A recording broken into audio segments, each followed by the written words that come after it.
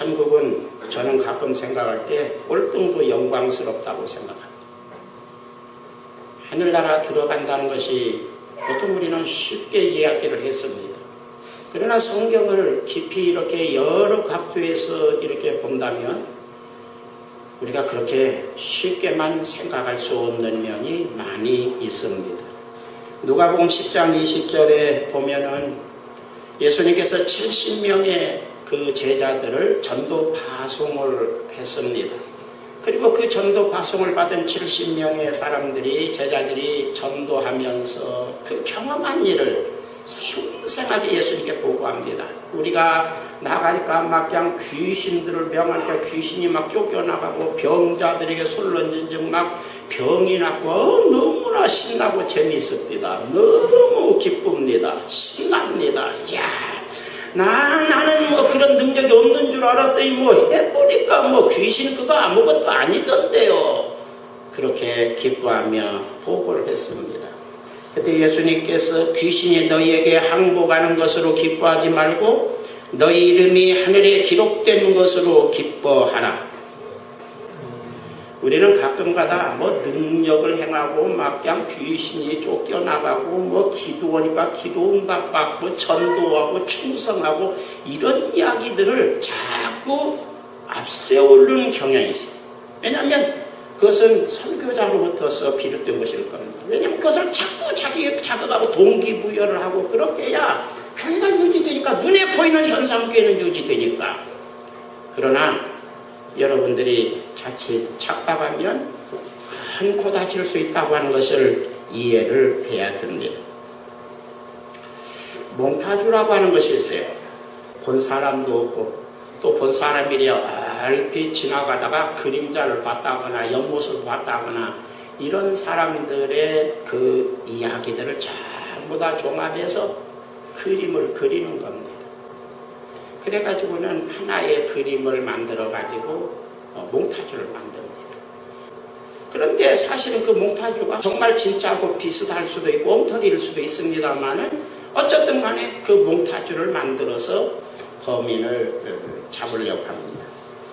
성경을 읽을 때 우리가 구약 성경 또는 예수님이 오시기 전에 또 오늘 이미 오신 예수님께 대해서 우리가 2000년 동안 우리가 설교를 듣는 것은 어떤 의미에서는 몽타주를 보는 것과 비슷하다고 저는 생각합니다.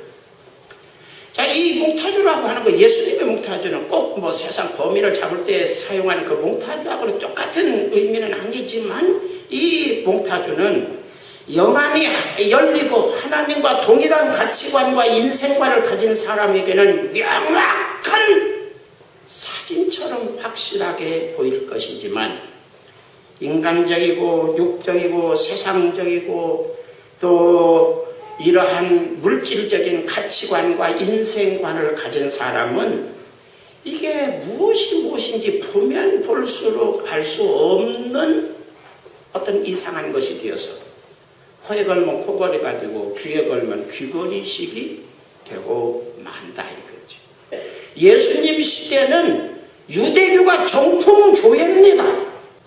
그들은 2000년 동안, 지금 예수님 이후에 우리가 2000년 동안 기독교가 전승된 것처럼 아브라함 이후에 2000년 동안 직접 하나님께서 그들에게 나타나셔서 말씀을 주시고 계시하시고 또 보여주신 그 메시아 뭐냐, 이것을 받은 사람들이 유대인이, 선민이. 그리고 그 중에서 제일 내가 저 사람이 가장 영적으로 깊은 지식과 체험과 어떤 영성을 가지고 있다고 인정받은 사람이 대제사장이 되고 또는 성경학자인, 요즘 말하면 신학자인 서기관이 되고 그 다음에 열심히 기도하고 성경 공부, 제자 훈련을 열심히 한 바로 그 장본인들이 바리새인이 된 것입니다. 그럼에도 불구하고 필경은 예수님이 정작 오셨을 때, 실제요, 예수님이 실제 오셨단 말이에요. 그런데 그가 본 성경에서 본 그리고 보고 그린 몽타주하고 예수님의 모습하고 전혀 안 맞으니까 자꾸 예수님대로 가짜라고 그럽니다. 오히려 예수님을 이단시합니다.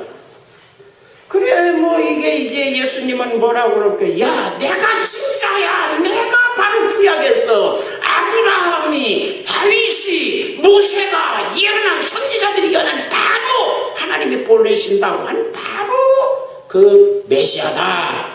이렇게 이야기를 해 주어도 아닙니다. 그러니 예수님은 예수님대로 안 믿으면 안 믿을수록 자꾸 부인하고 네가 이단이다, 엉터리다 하면 할수록 예수님은 자기를 이야기합니다. 내가 진짜라니까. 내가 진짜야 이놈들아. 그러면 그 사람들은 대제사장. 우리가 바보냐? 내가 대제사장이야.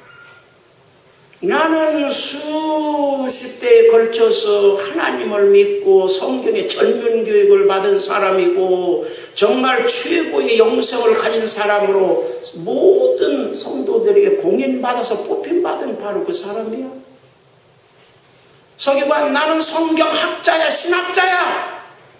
한두 명도 아니고 그 서기관, 수천 명의 서기관 집단으로 성경학자들, 우리가 그러면 핫빠지냐? 또 바리새인들은 경건주의자입니다. 하시dim들이죠. 철저하게 기도하고 하루에 3번씩 성전에 올라가서 기도하니까 이건 보통 사람이 아니에요. 성경 구절을 옷 구절에다가 써가지고 다니면서 하나님께서 가라사대, 여호와께서 가라사대, 그리고 며칠 후면 또 이것을 갈아 끼워가지고 또 이런 정도로 하나님 말씀을 공부하고 사모하고 하나님 말씀을 가지고 사는 사람들이에요. 그런데 그 사람들이 다 빠져요. 필경은 이 숫자, 말하자면 제도교회, 유대교회 그 기득권자들에게 사실은 매도되어서 예수님의 십자가에 죽으신 거예요. 여러분, 예수님이 십자가에 죽으신 것은 가짜다고 하는 겁니다.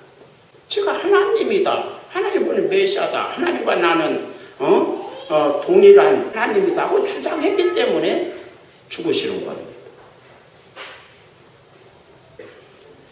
왜 이런 현상이 일어날까를 살펴봐야 됩니다.